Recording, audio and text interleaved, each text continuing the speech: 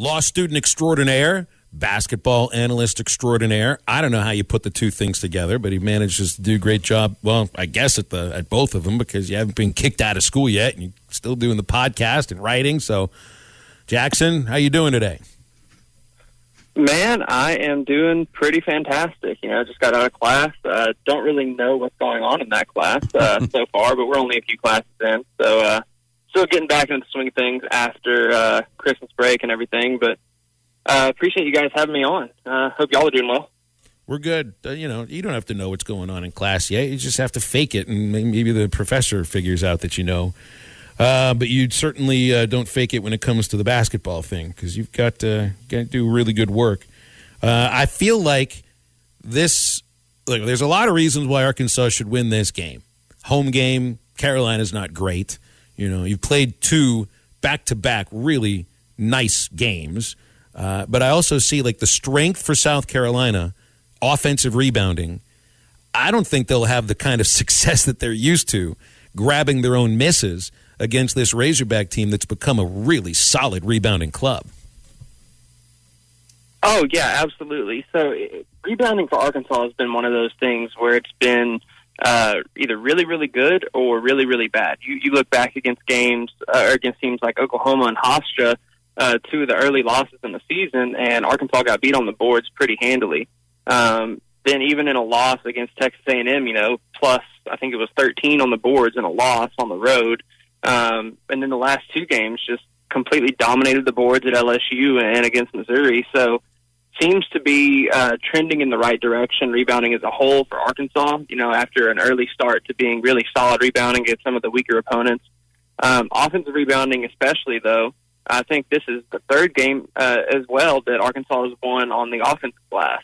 So I think you're correct. I don't think South Carolina is going to have as much success winning on the offensive glass as they used to. They're going to try. I mean, that's kind of their identity. It's Frank Martin. They're going to have kind of an ugly game plan. They're not going to do much offensively. They're going to grab their own boards and try to get fouled, go to the free throw line, and they'll try to play some hounding defense. Yeah. Yeah, and speaking of hounding defense, and we saw that against LSU, we've seen that now against Missouri, and they take out the Elon game, I guess. But if you're looking in the SEC, these were the best defensive performances for the Razorbacks all season long. You can look at stats, you can look at just the number of points scored, but there's an attitude that a team has to play with defensively. Aside from the communication, which was an issue, and sometimes what looked like effort could be a problem, there seems to be more of a fire lit underneath them in the last 2 games, and that's easy to see just by watching them on television. Oh, absolutely. I don't know exactly what buttons Coach Muss and the staff pushed, whether that was, sending some guys to the bench, adding some guys in the starting lineup, against Missouri, I think it was. I was kind of shocked by the starting lineup that they put out there. I think it was J.D. Note with, you had Jalen Williams, Trey Wade, Kamani Johnson, and Aldis Toney. So that was not a lineup that I really expected to see, and it was kind of an interesting lineup, to say the least, because you really only had one primary ball handler and a bunch of effort guys and defensive guys. But, Trey Wade proved his versatility in that game. He knocked down a couple of threes and played really good defense. Toney did the same thing, playing good perimeter defense along with Note as well. And so I think when you have those kind of guys stepping up in a game like that, that forces other guys to step up too. And so, especially with Kamani Johnson going down, you're having other guys hopefully stepping up. Chris Likes, I thought, had a really good first half against LSU. And Devo Davis, despite turning the ball over a fair amount at LSU too, I mean, he did absolute work on the board. He was crucial getting his own misses or getting offensive rebounds from other teammates' misses. There's just a sort of energy level or a buy-in that's there from, it seems, from top to bottom after all that. Mm-hmm. And you talk about the lineup and just kind of the new things that they have ultimately had to try out all season long. I think they've had 8 or 9 different starting lineups this season. And, when you lose 5 out of 6, you got to try to figure out a way to turn it around. What was the biggest thing that I think that you saw the difference between, Eric Musselman with Missouri against Missouri, and kind of Keith Smart at LSU. What was the biggest differences that kind of jumped off the page, between their styles, maybe rotation-wise, anything? What really jumped out to you? So it seemed like rotations were largely the same. There was some foul trouble in there. KK Robinson got a minute or two here or there. CV got some playing time, but for the most part, it was mainly the same rotation that Muss has been using. I guess two things that really stick out the most. Keith Smart was not bashful about using his timeouts when LSU went on a run. Muss has kind of garnered a reputation for hanging on to his timeouts or not liking to call timeouts, and that has played to his favor a lot in his 2.5 seasons as head hog so far. And I think analytically it kind of, in certain aspects, at least, drawing up a last-second play, sometimes it benefits you not calling a timeout in those situations. But, LSU was going on some runs here, especially late in that game, and Keith Smart made sure to call a timeout. I think he, at one point before they even went on the run too, I think he called a timeout to make sure that Note came out. I think that's what happened whenever he got his third or fourth foul. So that's one thing, really. And then just it seems like they're just two completely different presences on the sideline. Muss is very animated, very energetic. And Coach Smart even said in the post-game press, learn to take in the moment, breathe a little bit, and stay a calming force. Obviously, it worked against LSU. I think having both of them on the sideline, obviously, it's kind of great to have both, kind of that dichotomy of super energetic, fired up, someone who's never going to stop, but also someone right beside who can calm you down. It's kind of reminiscent of the good cop, bad cop we saw with Nolan Richardson and Mike Anderson way back in the heyday of Arkansas basketball. Kind of reminiscent of that a little bit, but still a little different, so to speak. Yeah, and Jackson, a lot of people are starting to get back onto the Muss bus after that win against LSU. Obviously, number 12 team in the country, great win on the road. But I still think some people are still a little hesitant. We talked about today on the show how it's been kind of eerie to last year. Kind of the dates are starting to really start to line up, that this was the time that they really started clicking on all gears and going on this long SEC win streak, and ultimately led to an Elite Eight appearance for Arkansas. What's something that you think you really need to see tonight against South Carolina to see if, okay, maybe they do have another run like they did last year in them? Is it just winning the game, or is it winning big and, seeing an improvement from the 3-point shot, or another aspect of the game? So it's tough with a matchup like South Carolina, because normally, since defense has been the biggest issue for Arkansas this year, shooting hasn't been good, but you can win with as many times as Arkansas gets to the free throw line every game, and as well as they hit their shots from inside the 3-point arc. Perimeter shooting isn't like the end-all be-all, so I'm not necessarily as concerned about perimeter shooting. The issue is you're going up against a South Carolina team who doesn't really have a strong offense and who normally won't put up many points regardless of who their opponent is. So I would say, just maintain effort and keep playing good defense like they had the past couple games. But I just really don't think South Carolina is going to score all that much, and they do turn the ball over a fair amount. They don't shoot a high percentage.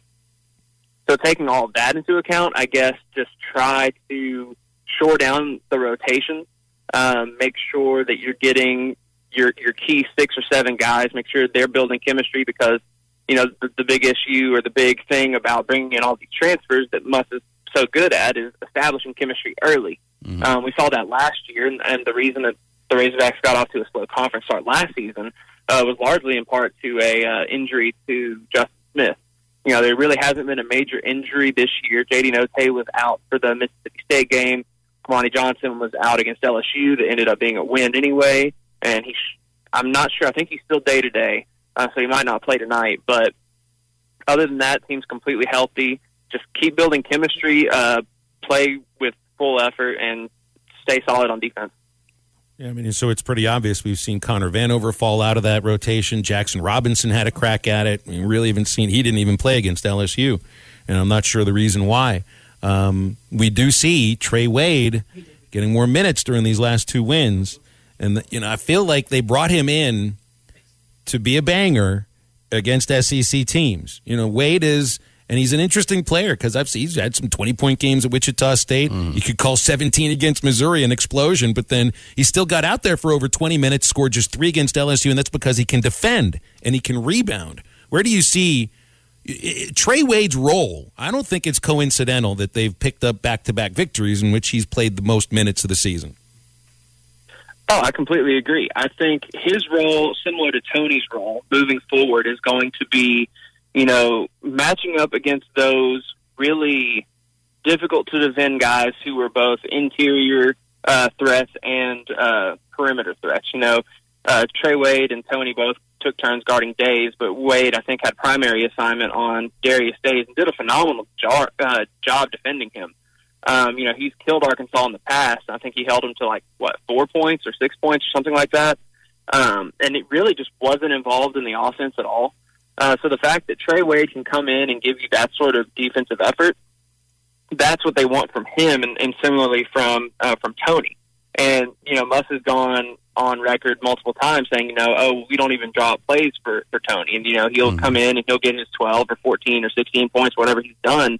He scored a lot of points this year. I think he's averaging double figures or close to it if he's not. So you have him kind of fighting for offensive rebounds and defending on the perimeter. You have Wade being able to defend on the perimeter and inside while also rebounding. And we saw against Missouri, Trey Wade can step out and knock down that outside shot. Tony obviously can too. He doesn't shoot many of them, but he's shooting 50% on the year as well. So those two guys, I think, are absolutely crucial role players for the way this season goes. Mm-hmm. And Jackson, I think everybody can agree that as far as your best scoring option, the guy that's going to put up the most points night in, night out is going to be J.D. Notae. But I don't know if he's the guy that you can really base your season off of, because we've seen Arkansas win when he scores 20-plus, and we've seen Arkansas lose when he scores 20-plus. A guy that I have a feeling that as his success and as his play gets better, so will the Razorbacks and Jalen Williams. If he can keep this double-double streak going, do you think that will slowly help translate into more wins rather than 30 piece a night from J.D. Notae? I think so, because Jalen has always been a phenomenal rebounder. He will play help side defense really well and draw the charges. He's a phenomenal effort player, plays with high energy. He always has a smile on his face too, so he loves the game, obviously, and he's kind of being more aggressive, looking for a shot a little bit more, and he's scoring the ball more, obviously, now. The one thing that stuck out to me was the fact that Keith Smart, in his post-game presser after LSU, said he told Jalen to take that shot, that they're going to need him to hit that shot. They want him to take that shot. And he came out and he hit a crucial shot that ended up sending Arkansas home with a victory. So I think the more that you allow Jalen some sort of freedom and give him that confidence that, hey, you can play aggressive, you can take those open threes, I think that opens up things a lot. That opens up the possibility for running the pick and pop with J.D. Notae. You can run a ball screen action with a roll, because Jalen has scored off the roll plenty of times this year as well. I thought coming into the season, after watching him play high school basketball, knowing he has a good three-point shot, I thought the pick and pop would be something they utilized more as a sophomore, obviously, than as a freshman. They didn't want to overload him as a freshman with the ability to take a bunch of shots when they had other scoring options. But I think the more aggressive that he gets and the more freedom and confidence he has, I think you'll see some of the burden taken off of JD and some of the offense kind of evolve around Jalen and JD together.